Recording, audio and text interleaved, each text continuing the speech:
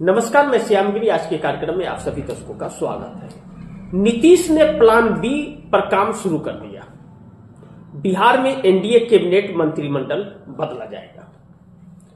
अभी चंद दिनों पहले बिहार में एनडीए की सरकार बनी है नीतीश कुमार की अगुवाई में, लेकिन नीतीश भाजपा को मंजूर नहीं। यह कहा जाता है कि एग्जिट प्लान ढूंढा जा रहा है और बड़ी तेजी से। भाजपा असल में बड़ी जल्दबाजी में है भाई, यह जान लीजिए। वह इंतजार नहीं कर सकती, वह तो बस चटपट बनाया, लाया, पोता, खाया, मलाया, यह सारी चीजें हैं। भाजपा किसी को बर्दाश्त नहीं कर सकती।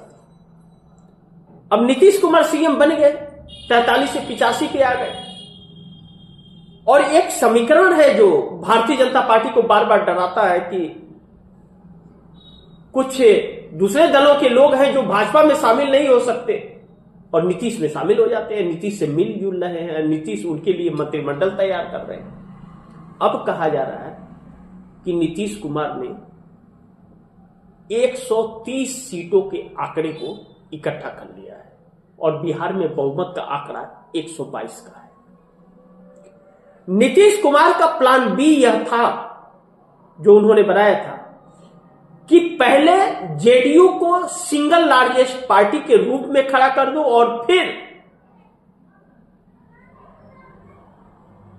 कैबिनेट बदल दो, यानी कि मंत्रिमंडल बदल दो।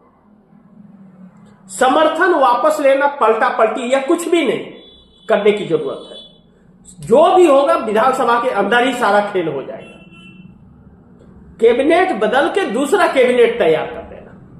भारतीय जनता पार्टी और चिराग पासवान के लोगों को निकाल करके बाहर करो मंत्रिमंडल से, और विपक्ष और जो जेडीयू में शामिल हो रहे हैं उनको कैबिनेट में डाल दो।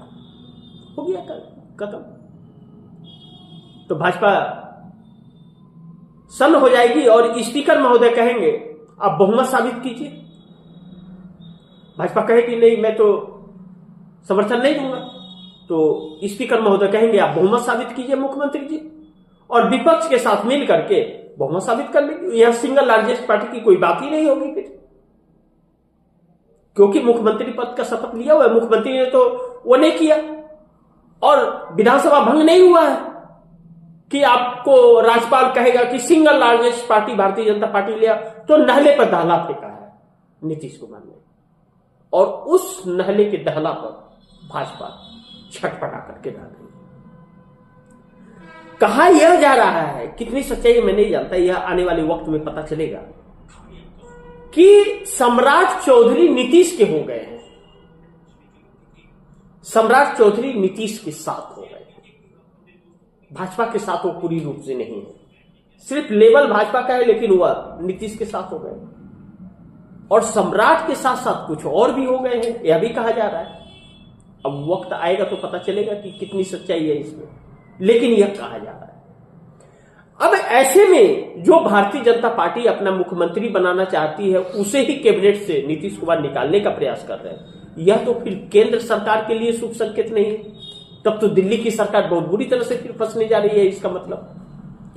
अब इन सब विषयों पर जब तक नितिन नवीन की बात आ गई कि कार्यकारी अध्यक्ष उनको बना दिया गया, बिहार से वह विधायक भी है और मंत्रिमंडल में भी है, तो नितिन नवीन अब उन लोगों को सिखाएंगे राजनीति जो बिहार के अंदर भारतीय जनता पार्टी को जन्म दिए है, भारतीय जनता पार्टी को बिहार के अंदर विस्तार दिया है। उनको नितिन नवीन बताएंगे कि कैसे करना है। जो व्यक्ति अपने विधानसभा में कुछ नहीं कर सकता, अपने विधानसभा को अपने बस में नहीं कर पा रहा है, अपने विधानसभा में अपने वोट को का रणनीति नहीं बना पा रहा है, वह बिहार की रणनीति बनाएगा और वह नेता मानेंगे। इस बात को लेके भी नाराजगी है भाजपा में, और केंद्र में जो है वह अलग है और बाकी के राज्यों में जो होगा वह अलग होगा। यानी कि नाम नितिन नवीन का और काम अमित शाह का होगा। अमित शाह जितना चूड़ी टाइट करेंगे उतना ही नितिन नवीन मुंह खोलेंगे। तो इससे भारतीय जनता पार्टी के अंदर निर्णय हो रहा है, एनडीए गठबंधन में संतुलन बना पाएंगे या बनेगा, या नीतीश कुमार के साथ बातचीत हो पाएगी, क्योंकि यह तो पूरी रूप से अमित शाह के, तो नीतीश कुमार का इनसे भी नहीं बनेगा। और इसका मतलब है कि नीतीश कुमार भाजपा के साथ रहेंगे नहीं। इसका मतलब कि अब बात समर्थन वापसी तक पहुंच रही है, जो नीतीश कुमार कारनामे कर रहे हैं। ऐसे में नीतीश कुमार का यह प्लान सफल होता हुआ तो नजर आ रहा है, लेकिन कितना सफल होगा और कब तक होगा मैं नहीं जानता।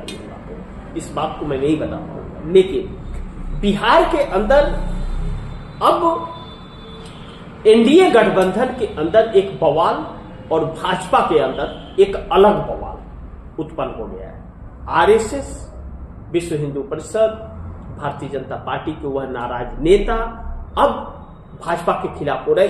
इस बात का फायदा उठा करके नीतीश कुमार अपने प्लान बी को सफल बनाने के लिए आगे बढ़ रहे हैं। देखना यह महत्वपूर्ण होगा कि पहले Nitish Kumar single largest party का दावा कब ठोकते हैं, वह चीज कब उन्हें हासिल होता है, पहले यह देखना बड़ी महत्वपूर्ण होगा। क्योंकि जब तक सिंगल लार्जेस्ट पार्टी नहीं बन जाएंगे, तब तक बाकी समीकरणों पर नीतीश कुमार कोई काम नहीं करेंगे। यह बात सत्य है। अब आने वाला वक्त बड़ी चुनौतीपूर्ण भारतीय जनता पार्टी के लिए होने वाला है। बाकी मंत्रिमंडल बदलेगा तो भारतीय जनता पार्टी में छल्लाहट खड़बड़ाहट आएगी ही। और यह सारी चीजें तब हो रही हैं जब भाजपा जेडीयू को तोड़ने की कोशिश कर रही है, नीतीश कुमार को तोड़ने की कोशिश कर रही है, तब यह सारी चीजें उत्पन्न हो रही हैं स्थितियां, जो आने वाले वक्त के लिए शुभ संकेत बिल्कुल नहीं दे रहा है। तो देखते हैं, इंतजार कीजिए आगे क्या होता है। देखिए आगे आगे होता है क्या। लेकिन भारतीय जनता पार्टी को नीतीश कुमार अब बड़ी मुश्किल में डाल रहे हैं और भारतीय जनता पार्टी को बचने का कोई रास्ता और उपाय नहीं मिल रहा है। तो इसी के साथ आप दर्शकों से इजाजत चाहूंगा, लेकिन गुजारिश करूंगा कि इस खबर को ज्यादा से ज्यादा शेयर कीजिए, अपने दोस्तों को भी कहिए आगे शेयर करें। आपने अगर चैनल को सब्सक्राइब नहीं किया, सब्सक्राइब कर लीजिए, अपने दोस्तों को भी कहिएगा चैनल को सब्सक्राइब करें। मिलते हैं अगली खबर के साथ, तब तक के लिए नमस्कार।